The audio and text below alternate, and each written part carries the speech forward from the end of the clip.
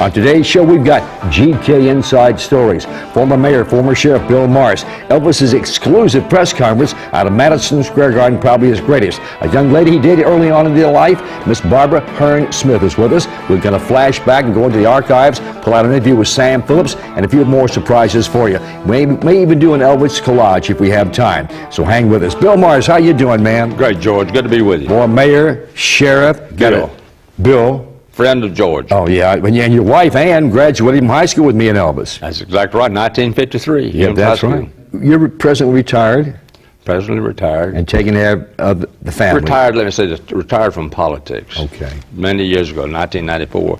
Shortly after that, my wife, whom you know, Ann, very well, had a major stroke, 1997, and she's required full care for all these 16 years, and it's been my great honor to have the privilege of caring for her. And we, as you know, you and I discussed this before, just a few days ago, you celebrated 60 years of graduation from Humes. That's right. We celebrated 60th anniversary of marriage because we were married 4 days after you graduated from high school. Wow, I didn't know that. We sure did. Bill, you did something while, you weren't in office, I don't think, when you did this, but the top 10 young men of America, and Elvis was involved. Tell us that story. Well, I was in the JCs, which was a great organization for young men in Memphis at that time, and it's a national organization with headquarters in Tulsa, Oklahoma, but generally speaking, it was a leadership training organization for young men so they get a chance to experiment with leadership opportunities in community organizations, community projects.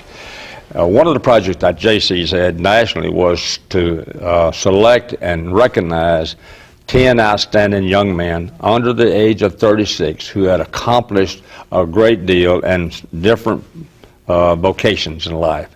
And this was strictly an award on merit, and that we were going to host the affair in Memphis. And Elvis not only agreed to be an honoree, but he agreed to help host. And he did it with such class. So that's what happened, and he received the award. And anybody who went to that function where Elvis received the award had to have felt extremely proud because he articulated his relationship to music and to life in such an incredible way. It was super good for all of us. I'd like to thank the JCs for electing me as one of the outstanding young men. When I was a child, ladies and gentlemen, I was a dreamer. And I read comic books, and I was the hero of the comic book. I saw movies, and I was the hero in the movie.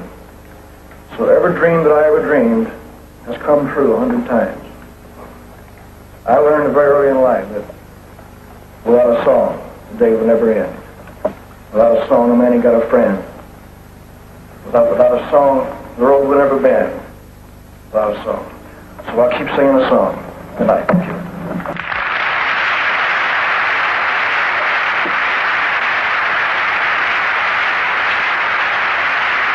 And he carried that award around a lot, showed it to people. Yeah. He was very, very proud of that. Bill, now you did go with Elvis to Washington to the FBI office one time. What was that about? Well, Elvis had a strong feeling about supporting law enforcement. And as a matter of fact, he had helped establish several drug education programs throughout the country. And he was interested in what went on with the CIA and the Secret Service and all levels of law enforcement. So much so that when he wanted to go meet J. Edgar Hoover, that was a big thing for him. And so I made the arrangements because I'd known Mr. Hoover and we'd worked together with James Earl Ray and so forth. But anyhow, we arranged the trip, and it's all hush-hush. And the FBI said, now, you've come in at 7 o'clock in the morning to the offices at the Justice Department, and nobody will know that you're here, and we'll escort you in up through the building, take you on a tour, see the director, and you'll be out of here. And I thought that was great. But we get there at 7 o'clock in the morning. There must have been 200 to 300 people standing outside the entry where we were supposed to go. So much for secrecy in the FBI, right? But anyway, we're touring the building, going through floor to floor, working our way up to the director's office, and Elvis, I might have told you the story before, decided he needed to go to the men's room. Yeah. And Elvis is always dressed with a high collar and belt around the sash, and he looked like a superstar. Oh yeah, superstar. So we go into this large men's room, tile floor and so forth, and Elvis pulls his sash loose and a pistol falls out. Well, knowing full well about the security situation, I almost had a heart attack. I'm bringing him through the FBI, and all of a sudden he shows up with a gun and falls out. Didn't flinch. He never flinched. He walked right over, picked up the pistol, put it back in his sash, and we went on about our business. But the end of the story is he never got to see J. Edgar Hoover, because the people who worked in the building were so engrossed in the fact that he was in the building, they created a jam, a traffic jam in the building, and we had to get him out of the building. Also, Bill, now there's a picture here that I want to show that I was partly involved with you on this, somewhat, but if our cameras can grab a shot of it, it's a picture of you and Elvis singing together. Right. Now, what's that all about? Well, you know, Elvis... I know what it's about. Oh, yeah, okay. Well, Elvis and I both love gospel singing. I couldn't sing a note, but I love to try, you know. But we'd go out to the house, and I'd get a chance to sing with him some. This, George, you had a bigger part to play than this you think. This was your wedding.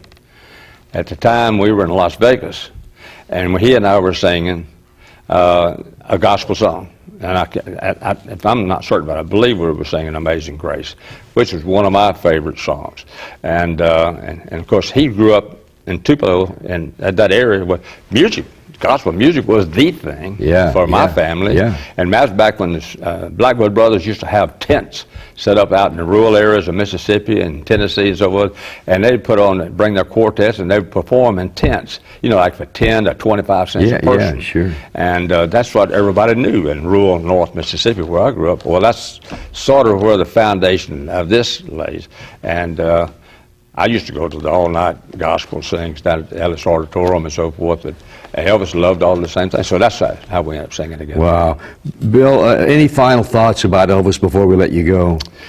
The thing, as we talked earlier, the thing that I always appreciated about Elvis, I was always proud of him because he loved his hometown, and he did anything he could do to help. And I recall Memphis, during the early days of Elvis, was struggling for tourism. And Elvis, without even realizing it, through his talent and through his love for Memphis, he became a major tourist attraction with Graceland, and with 500,000-600,000 people come.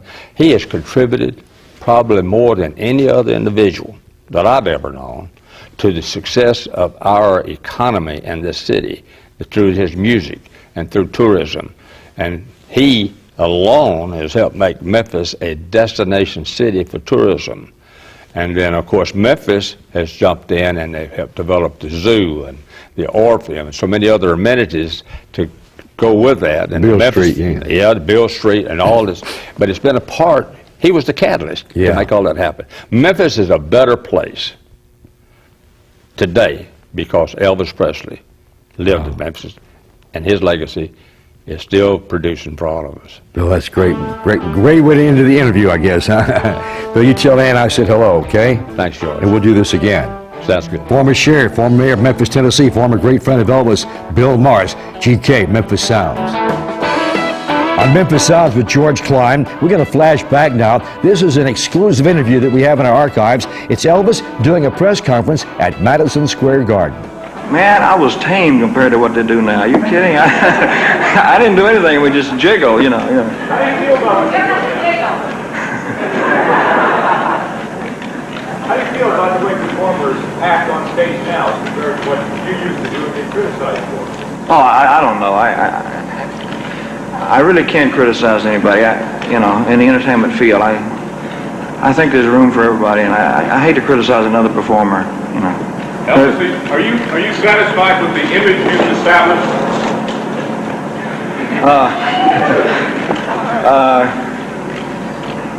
Well, the image is one thing, and a human being is another, you know. So. How close does it come? How close does the image come to the man? It's very hard to live up to an image. I'll put it that way. We don't record hard rock anymore. Why? it's very difficult to find any good hard rock songs. If I could find them, I would do them, you know. What do you think of women's liberation? Well, you know, watch it is right. No,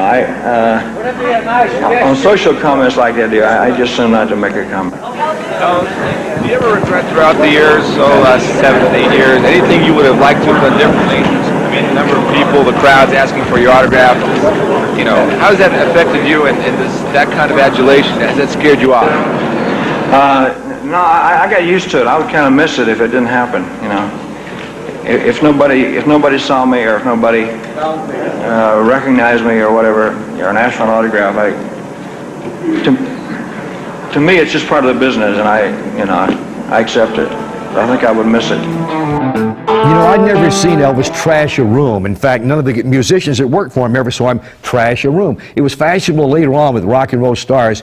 But anyway, we're out in Los Angeles, and Elvis is doing the soundtrack for the motion picture Jailhouse Rock. And we went to the MGM studios. Well, Elvis didn't like to record on big sound stages. They were too big, they were humongous, and that's where MGM did all of the musicals. He liked a small studio like he did at Sun Records, a small studio, Studio B in Nashville, RCA. So he goes there, and Elvis's way of warming up was sitting down at the piano and singing gospel songs. A lot of singers have different methods and ways of warming up, so to speak. So the Jordanaires were there. They were Elvis's gospel group, but they sang background for him. So they came over, and they started singing gospel songs. And they went into 12 noon, and they said, lunchtime, Mr. Presley. He'd been singing with them for a couple hours. So we take a break, we go back to Elvis's dressing room, and I knew that Elvis was upset, but he didn't want to record in a big, humongous sound stage at MGM.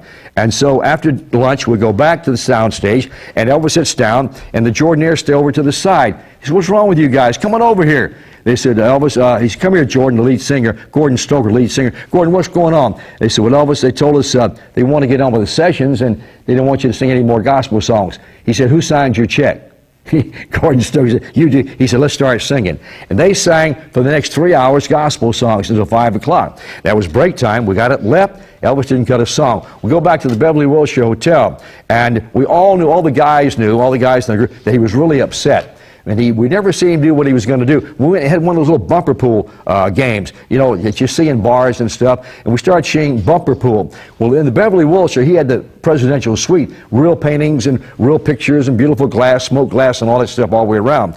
Well, we're messing around. Elvis is going to show us a trick shot. Well, he hits the ball and accidentally goes up and hits one of those really very expensive smoked glass mirrors and busted it out. And we kind of backed up, and then he went over and said, watch this. And boom, and he hit a picture, and he said, watch this. And so we started egging him on. Elvis, get that little ugly picture over there. We don't like that one. He said, all right, and he did this. And then he took the pool cue, and he turned it around, and he used it as a golf club, and he knocked all those little things on the table off against the wall. Then he took the pool table, and turned it over, and said, send my food to my room. We knew he was really upset. So we called Colonel Parker. Colonel Parker came to us, what in the world happened? We tried to explain it to him, and he said, you guys got any sheets? We said, yeah, we got sheets on our bed. He said, well, you cover all this up. He said, I'll tell them that you guys had a rock and roll party, and we'll pick up all the expenses. We'll pay all the expenses here. We said, okay, Colonel, but he didn't like to record on that sound stage. So the next day, we get in a limo, go to the studio, on a smaller studio this time. Elvis cuts 3 smash hits in a row. Jailhouse Rock, Treat Me Nice, I Want to Be Free, You're So Beautiful. He just didn't like to record on big sound stages, and I think he got his point across. On the Elvis Special here on Memphis Sounds with GK, we're going to go into the archives once more, pull out an interview of Sam Phillips, the man who discovered Elvis Presley. Elvis Presley has to be one of the most outstanding people that it's been my pleasure to meet in my lifetime. After listening to his voice, seeing his demeanor, his manner, and what I thought was a very different style, I was highly impressed with what I thought he could do as an artist. And regardless of what happened to Elvis in his latter years, he had one of the strongest souls and spirits about him of any person I've ever seen. Well, you say you had something to do with the guy being on the scene. Sure as hell did. Sure did. But you have to keep in mind what we were doing at Sun Records with Elvis Presley. And it turned out that Elvis was a great catalyst for all of the things that we did at Sun. But you had to have a feeling that this man had the strength and the worth within him to go on and to go on and to go on until we made it, or by golly, we didn't make it. It is no mystery at all to me that the man has become the biggest thing in the history of entertainment. I know that some of you may differ with me. When you have the things that have been said about Elvis Presley, bad, good, indifferent, and you survive them as if you were a duck in a fresh pond, there's got to be something in your soul, in your spirit, that you have left along the way. Because you're not going to sustain yourself head and shoulders above practically anybody I've ever known in the entertainment business. And I'm not biased about it. And have it go on year in, year out, year in, year out, worldwide. Try that one on for size. He had had a background there at Sun Records that I truly feel, and I'm not being modest or immodest about it, that gave him that inertia to go in and feel confidence in himself and what he wanted to do, and even say, even though he said yes sir to everybody and no sir, he would tell them in his own way that this was his session when he went to RCA. That had a lot to do with Elvis Presley being what he became. And that came from the essence of these things that we are fundamentally talking about, and talking about fundamentally. I just wish that everybody could have known Elvis Presley like I did. There was a period in Elvis's life he wasn't performing in Las Vegas, so we would just go out there just to party for a couple of weeks and have a lot of fun after tours and so forth and so on. So we get to Vegas and we're partying, and all of it, it's about 4 or 5 in the morning, and Elvis is going to take this young lady home. Well, she lived at the end of the strip there in Vegas. So here comes 6 o'clock in the morning, 7 o'clock in the morning, no Elvis. We got a little bit worried. About 7:30, he comes in the suite where we say, Elvis, what in the world happened? He said, well, I went out to get into my car, and he said he wouldn't start. He said the battery was dead for some reason. So I got out on the strip here in Vegas, and I started hitchhiking, and this young girl stops by, and she picks me up. She's on her way to school. And she said, mister, she said, you know, I'm not supposed to pick up strangers, but you look so much like Elvis Presley, I thought I'd give you a ride. Where are you going? He said, well, I work at the Sahara Hotel. I'm a bellhop down there or something. So she drops him off at the Sahara, and she said, sir, would you please just go to school with me and let my friends see how much you look like Elvis Presley? He said, no, I don't even like that guy. I got to go to work, honey. Thanks for the ride. See you later. To this day, she never knew that she picked up Elvis hitchhiking. George Klein and Memphis Sounds. Our purpose? To keep Memphis music past, present, and future alive. We need your support. We need your help. The number to call is 901-415-2833. Now, seriously, folks, we need some help. Give us a shout, because we got a lot of building going on around here. We got wonderful cameras. We need some more money to help this thing go and keep that Memphis music alive. Barbara Hearn Smith. How you doing, Barb? I'm doing fine, George. So good to see you again. Good to see you, honey. Thank you. How's it been going? Been going fine, but hey, can I do a little bitty plug? All you want. About that library. It is wonderful. Yeah. Jim and I have come up and just sat upstairs. Oh, really? Yeah, in the Memphis room, and we do genealogy up there, whatever you're interested in, plus that wonderful little bookstore. Barb, how did you meet Elvis, and what happened? Well, you know, I told the same story for years, and I believed it. But I might not have been telling the truth. I don't know. I always thought that I met Elvis for the first time through Dixie when we were working together, Christmas 1954 at Goldsmith's department store. But I had it in the back of my mind that someone had invited me to go to the Oddfellows Lodge, or where the Oddfellows had rented a place, or maybe Elvis appeared. And it's terrible to say it to Elvis fans that I would have seen him performed and forgot it. But you know, when you're a young teenager, you're all about yourself. Yeah. But Dixie had been dating Elvis. Yes. And then you come along, you guys are good friends, and then you start dating Elvis. Well, Dixie and Elvis had not dated for about a year Oh, or I so. see. When, and it was such a dear thing because I was modeling for Pearl and Lowenstein's. Yeah. And I walked out into the outside of the studio, and Elvis was standing there. And I said, "Hi," you know, I was so surprised to see him. First thing he said to me, "How's Dixie?" Oh, wow. I just thought that was so dear that he would still be, you know, thinking about her and wondering about her. And I told him then, well, I probably haven't seen her since you have, because I was a year ahead of her in school. And I had already graduated. She was still going to school. And Talk about dating Elvis, Barbara.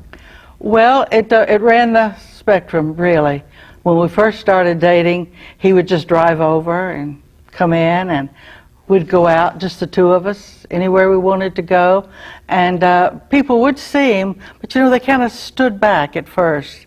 And we would stand in line at the Malco and buy the tickets, go in, sit anywhere, and watch the movie. And by the end, somebody else would come and get me, and we would just go to his house or something that was more secure. He couldn't get out the way he did at first. And at first we'd go to the fairgrounds and just walk around like any other young teenage or young adult couple and throw balls and things at milk bottles and all the things you do. And I never rode the Pippin, scared to death of the Pippin, but I rode everything else, and I watched him ride the Pippin. And it was a wonderful time, but just that year, 1956, he just went from this wonderful, young, uncomplicated boy to this terribly complicated superstar. Yeah. All in the course of a year. Yeah.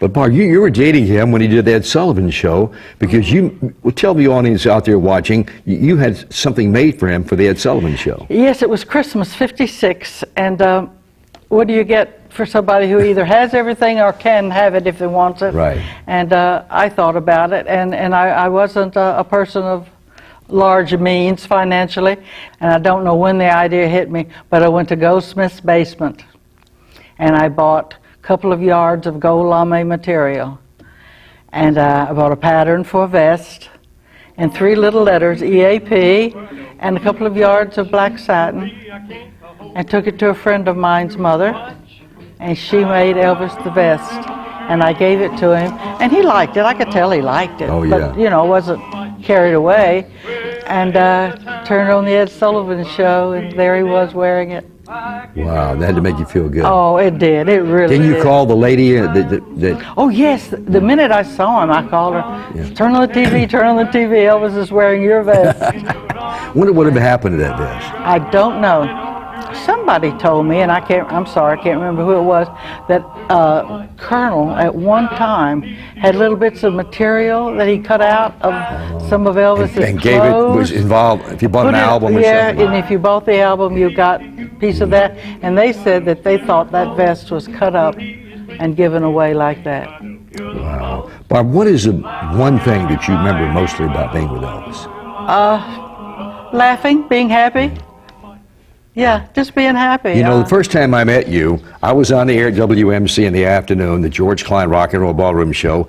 Elvis walks in with you, Nick Adams, and this gorgeous girl named Barbara Hearn. And he said, GK, I want you to meet Barbara Hearn. And I said, man, she looks like a movie star. I said, no, she's a Memphis girl.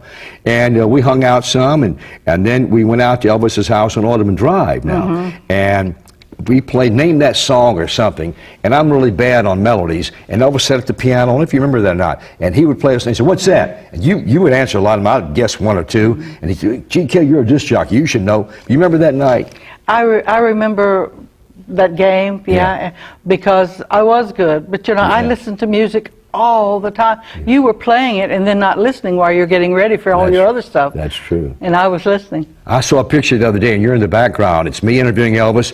You're sitting over here, and Nick Adams is leaning on a That shelf. famous picture of you and Elvis. And anytime it comes up, I tell whoever will listen, well, I'm right over there. That's right. You were there when that picture was made. That's right. That picture's been around the world, man. Of Elvis in the control room, me with his arm around. Barbara, let's talk about Holly Tree Farms, okay? Manor, Holly Tree Manor. That's where Jim and I live now. And we turned it into a bed and breakfast because it was so big. It was too big for the two of us. That's one reason. The other reason is we finally, in 2009, we started meeting Elvis fans for the first time ever. And I was just so impressed with them. And they were so kind and good and sweet to me and welcoming, and loved to hear my Elvis stories. And now I've told them a million times. They still wanted to come out and talk to me and hear these stories some more. And so we decided to open up our place as a B&B, a bed and breakfast. And Barbara, before I let you go, there's another thing that I always like to point out when people who really knew Elvis, like you did, his mother Gladys. You got along famously with her. Can you give us a short story? Oh my goodness. She was so easy to love. She was so honest and open, and she cared a lot for you, George. I know that. Yeah. And she used to come to visit me when Elvis was out of town. Mr. Presley would just drive her over. Yeah. And I remember once my aunt told her, we had steps all the way up the front of the house, and my aunt said, Mrs. Presley, I don't want to insult you, but if you just come up the back alley, you could get to our house without having to climb all those stairs, you know. So from then on, she'd come in by the alley and come in the back door, and I don't know, I often wonder, what did a young girl and this older lady, what did we talk about? What did we have in common? And I don't know, but we just enjoyed each other's company. I used to telephone her when we'd be out. Yeah. Many times in the movie theater, I've excused myself to go call and tell her where we were, because we didn't have cell phones or anything. I knew she really loved you. Well, I hope so, because I really cared for her. You were and still are a class lady. Thank you, George. Barbara Hearn-Smith, we got to go, girl. Okay. We can make this a whole show. You tell Jim, your husband, I said thanks for bringing you down. I know it's a holiday weekend and all, but whatever, thanks for coming Anything by. for you, George. Thank you, Barbara. Okay. Barbara Hearn-Smith, she dated Elvis early on. GK, Memphis Sounds. And the one and only Elvis Aaron Presley takes us to the house. Memories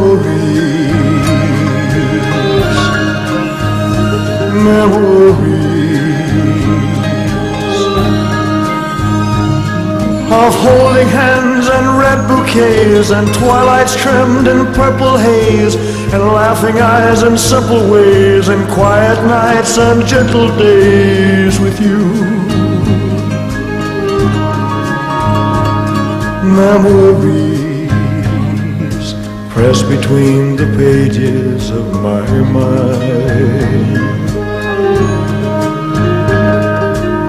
Memories sweetened through the ages just like wine. Memories